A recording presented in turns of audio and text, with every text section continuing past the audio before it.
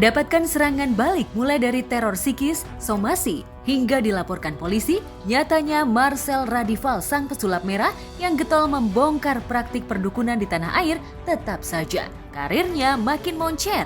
Dalam 2 minggu ia bahkan mengaku hanya bisa istirahat beberapa jam saja setiap harinya. Saking padatnya warawiri televisi hingga membuat konten, Marcel bahkan tak punya banyak waktu istirahat hingga bertemu keluarga. Tapi, buah dari kontroversi langkahnya, sang pesulap merah justru ketiban berkah. Kanal video berbaginya dilirik pengusaha muda Rudy Salim hingga bernaung di bawah bendera pengusaha tersebut. Dengan adanya investasi ini sih saya lebih ke arah saya bisa belajar hal baru lagi sih ke depannya. Karena memang saya menyukai mempelajari hal baru yang belum saya pernah pelajari. Nah, menurut saya nih dari apa yang Bang Rudy Salim ceritakan ke saya, ini menarik banget untuk saya pelajari hal baru ini gitu. Dan saya ya ingin memutuskan untuk konsisten belajar hal baru tersebut. Kita akan dibantu juga dengan Bang Rudy Salim dan timnya nanti untuk konten-konten kedepannya jadi lebih asik ditonton. Karena kan selama ini kan seperti yang teman-teman lihat banyak tuh yang kritisi intronya tuh masa udah jutaan intronya gitu. Editannya tuh masa kayak gitu. Nah itu saya sendiri yang kerja. Jadi memang selama ini tuh saya tidak bisa mempercayai orang lain untuk mengurus channel saya. Dengan adanya Bang Rudy Salim ini, dia ngasih masukan-masukan seperti ini Sel, jadi kerjaan kamu juga jadi nggak berat, nggak perlu begadang lagi. Karena seperti yang teman-teman tahu kan jadwal saya ini 3 minggu ini dari pagi ke pagi. Sering kali saya nggak tidur tuh. Jadi pulang dari syuting TV, pulang-pulang saya ngedit sendiri, upload. Makanya seminggu hanya bisa upload sekali.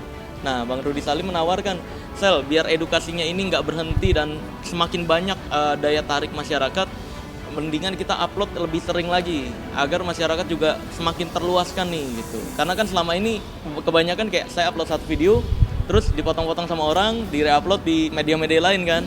Nah, biar hal tersebut tidak semakin menyebar, re-uploadnya mendingan kita lebih seringin lagi aja edukasinya biar lebih menyebar gitu. Berkah kanal YouTube-nya karena diakuisisi pengusaha rupanya menyisakan tanya. Benarkah selama ini Marcel tulus ingin mengedukasi dengan membongkar tabiat para dukun syarat trik atau aji mumpung untuk menaikkan pamor? Apa kata Marcel? Apanya yang saya memanfaatkan momen? Yang memanfaatkan momen kan ini, yang memanfaatkan momen itu kan dari yang kemarin tuh kejadian yang kata pembuktian gak mau, bikin video pura-pura nyari saya lah, bikin video ngata-ngatain dan sebagainya. Nah itu kan yang memanfaatkan momen. Saya tuh kalau udah bahas satu pasti langsung ganti ke topik lagi. Nah saya memang berfokus untuk mengedukasi doang, nggak menyerang satu pribadi dan sebagainya gitu. Ada wajah saya di situ, dia nggak berani nyebut nama tapi foto-foto saya tersebar di Instagram dia. Sebenarnya Mbak Rara tidak mempersoalkan kalau misalnya ada orang yang mencoba dikenal dan terkenal dengan cara membuka masalah orang lain. Meskipun secara etika seharusnya itu tidak dibenarkan. Meski Marcel mengaku tak menyangka jika konten video berbaginya dilirik pengusaha Rudy Salim, namun seterunya menilai Marcel justru mengail pamor dari kerja merontokkan reputasi profesi orang. Sindiran itu datang dari kuasa hukum Rara Pawang Hujan belum lama ini. Menurut Minola Sebayang, Marcel tak tahu kode etik karena telah melewati batas profesinya. Anda boleh naik, tapi tolong naiknya jangan dengan cara mempermalukan orang lain. Itu tidak benar secara etika. Jadi artinya sesama paranormal, sesama magician yang namanya itu sebuah profesi harusnya punya yang namanya etika. Hal ini pun saya nggak rencanakan, bukan saya yang menawarkan tuh. Jadi kalau mungkin saya yang menawar-nawarkan, mumpung gue viral nih gue tawar-tawarin. Nah itu baru memanfaatkan momen. Tapi semua ini datang begitu aja sih. Totally saya nggak ngapa-ngapain nih, bener-bener.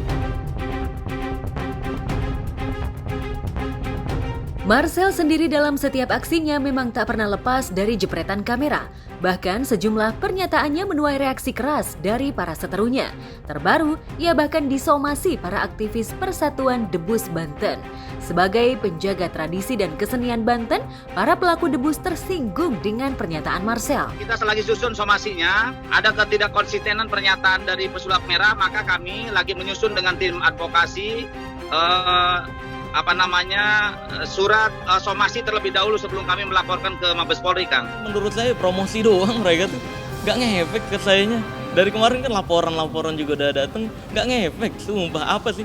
nggak ada ngefek sama sekali, nggak ada panggilan juga dari polisinya, karena memang nggak masuk delik, sengaja digembar-gemborkan untuk promosi mereka sendiri. Dan untuk hal ini nggak akan mengganggu saya pribadi. Kemarin pun saya jadwal TV dari pagi ke pagi, nggak ngefek apapun tuh laporan-laporan. Jadi mereka ya mungkin semoga bisa jadi bahan promosi untuk mereka agar bisa dapat pekerjaan yang lebih baik aja, gitu aja sih. Upaya Marcel memporak-porandakan praktik perdukunan memang cukup membawa resiko besar. Apalagi Minola Sebayang menduga Marcel melakukan generalisasi ke semua orang yang diduga melakukan praktik pengobatan alternatif hingga pawang hujan. Bukan membongkar aib membongkar rahasia atau pembodohan dari perdukunan ini sih. Jadi kalau ancaman itu ada kayak misalkan beberapa kali RT saya bilang, "Sel, jam 2 pagi ada yang naik motor Ninja 250R, ini nyariin rumah kamu nih." Gitu. Tapi RT saya untung bisa berkoordinasi lah, bisa menjaga privasi. Karena ketika ditanya mau ngapain nggak jawab, akhirnya kabur. Terus baru-baru ini juga ada yang nyamperin RT saya bilang, "Di mana nih rumah Marcel?" Ngakunya dari padepokan gitu. Dan ya udah, sampai saat ini saya masih dijegat karena totally saya nggak ada rasa takut sama sekali. Saya percaya takdir Allah Azza wa Jalla itu tetap yang utama sih. Karena sudah mengeneralisasi dan kemudian dia menggunakan metode, dia katakan bahwa itu metodenya seperti ini, gampang hubungi ramalan cuaca dan sebagainya. Mungkin ada yang seperti itu, tapi jangan mengeneralisasi. Akibatnya muncul kecurigaan jika Marcel diduga benar-benar mengail cuan dari langkah kontroversialnya. Terbukti dengan bergabungnya Marcel dalam payung perusahaan besar, tak dapat dipungkiri karena konten Marcel bisa mendapatkan cuan besar. Lantas benarkah jika kelak kemasan konten Marcel akan banyak diisi sentuhan hiburan? Bukankah itu semata untuk mengeruk cuan? Benarkah Marcel tak khawatir reputasi dan sikapnya akan disetir demi meraup cuan? Keputusan tetap di saya kok. Keputusan tetap di saya, mau apa yang mau saya bikin, cuma lebih dibantu dalam hal editing, intro, terus juga bagaimana branding, terus juga kan selama ini teman-teman media kan pasti ngehubungin kontak admin saya yang ada di Instagram, tidak ada yang dibalas kan. Bayangin itu sehari 1.500 chat. Tim saya yang tadinya bacain gitu ya. Semenjak viral ini nggak ada yang mau bacain nomor admin. Karena itu benar-benar sehari 1.500 chat, sekarang udah nggak dibuka sekitar 4-5 hari. Itu tinggal dikali aja tuh. Nah, dengan adanya tim dari bantuan dari Bang Rudy Salim ini dalam bentuk tim, itu nanti juga akan lebih terkoordinasi gitu. Ya pokoknya terbantu lah. Jika berdalih edukasi dan titah kebenaran, gerakan sporadis Marcel memang akan tetap mendapat serangan. Apalagi kecurigaan mengeruk cuan akan terus jadi ujian. Bahkan tak hanya Marcel, Dr. Richard Lee yang dikenal mengedukasi kecantikan pun profesinya turut beralih menjadi penampung konten kontroversi pelaku perdukunan. Bahkan untuk menarik daya tarik penonton, ia membuat sayembara dengan hadiah ratusan juta. Wah, sakti banget ya dunia gaib yang luar biasa banget ya. Ayo, saya kasih sayembara lagi nih, dan ini nggak main-main. 1 miliar rupiah kali ini sayembaranya ya. Jadi saya kasih siapin penyakit nih. Kalau penyakit lain kan nggak bisa dideteksi ya, pindah ke kambing ya. Ini saya kasih pasiennya ringan-ringan aja lah. Jerawat tuh, pindahin penyakit jerawatnya ke kambing. Kalau jerawatnya bisa pindah ke kambing, saya kasih 1 miliar rupiah.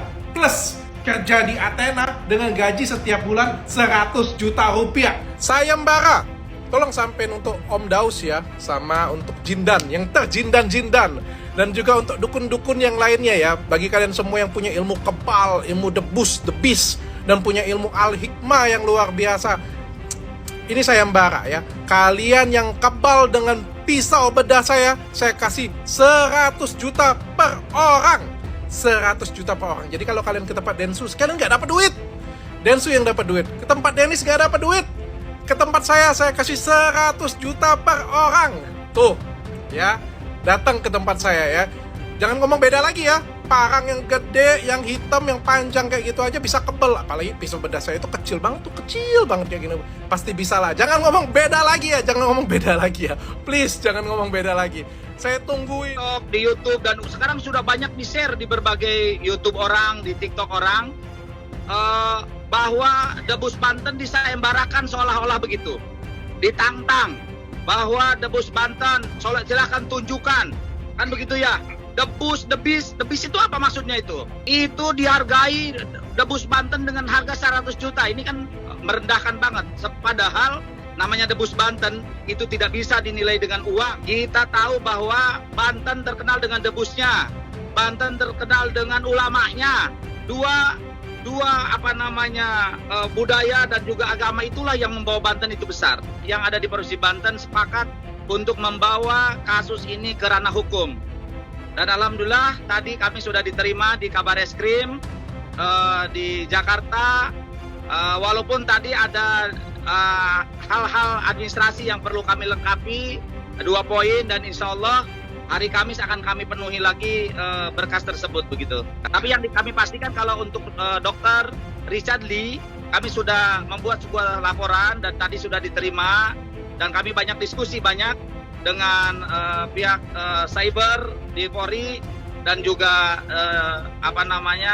dengan beberapa orang yang ada di Polri, dan alhamdulillah kami juga tadi melihat beberapa delik hukum yang menyangkut di sana ya. Sayembara dengan tantangan itu berbeda. Nah, kalau tantangan itu, saya tantang nih 1 lawan 1. Ini sayembara. Sayembara itu pernah nggak lihat sih raja yang memberikan sayembara?